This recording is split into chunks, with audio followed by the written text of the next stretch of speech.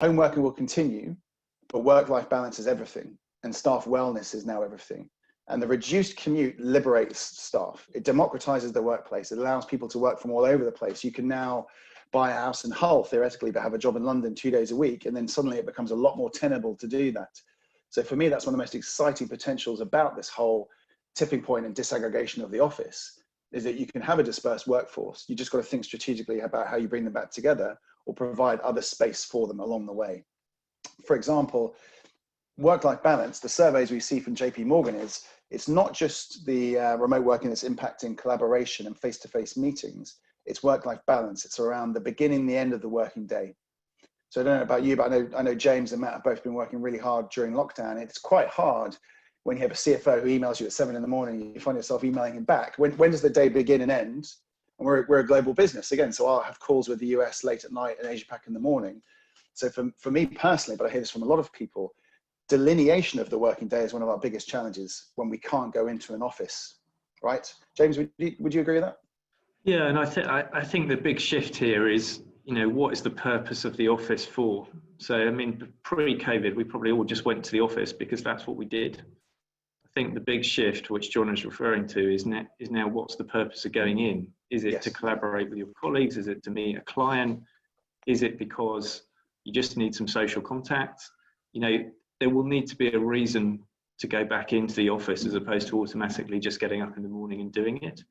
So I think to answer your original question, Matt, around what percentage, I think it will vary quite significantly by company and what the focus of that company is.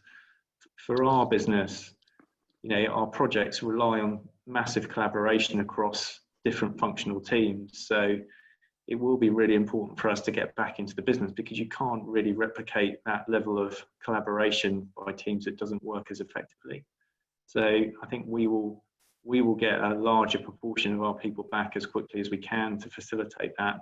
There are others, I know tech companies in particular, where they have a lot of developers that work remotely anyway, that don't necessarily need to be in. So I think in terms of what percentage will be coming back, it'll be obviously determined by social distancing rules and regulations, and in the short term that will limit people, but I think it will also be dependent on kind of why people need to be in, as opposed to just all going back to normal. I don't think that will ever happen. And Matt would have a view on that too, because I think you spend a lot of time at our clients' offices, but you always have a purpose when you come into our office. You need to come into the Bluefin, right?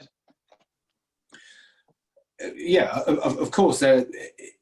It's going to become a discipline for people where that they're going to have to learn and be taught, because it is not going to be natural for a vast majority of people to be able to manage their own work-life balance. It's a phrase that is shown and used regularly, but it is a skill.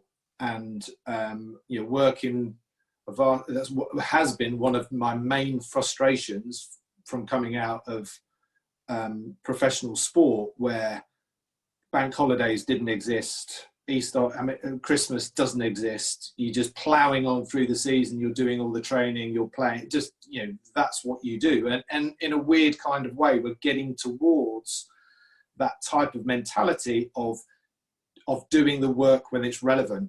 But we've got to put our rest and our family life part of the structure of the day into there. Now it's going to flex. It's going to be different than the 9 to 5, but we've got to learn how to do it. And that feels to me like it's at the moment it's been a little bit taken for granted that people are going to be able to work from home and just have the same type of mental application as they did when they were in the office, where it's going to be very, very different.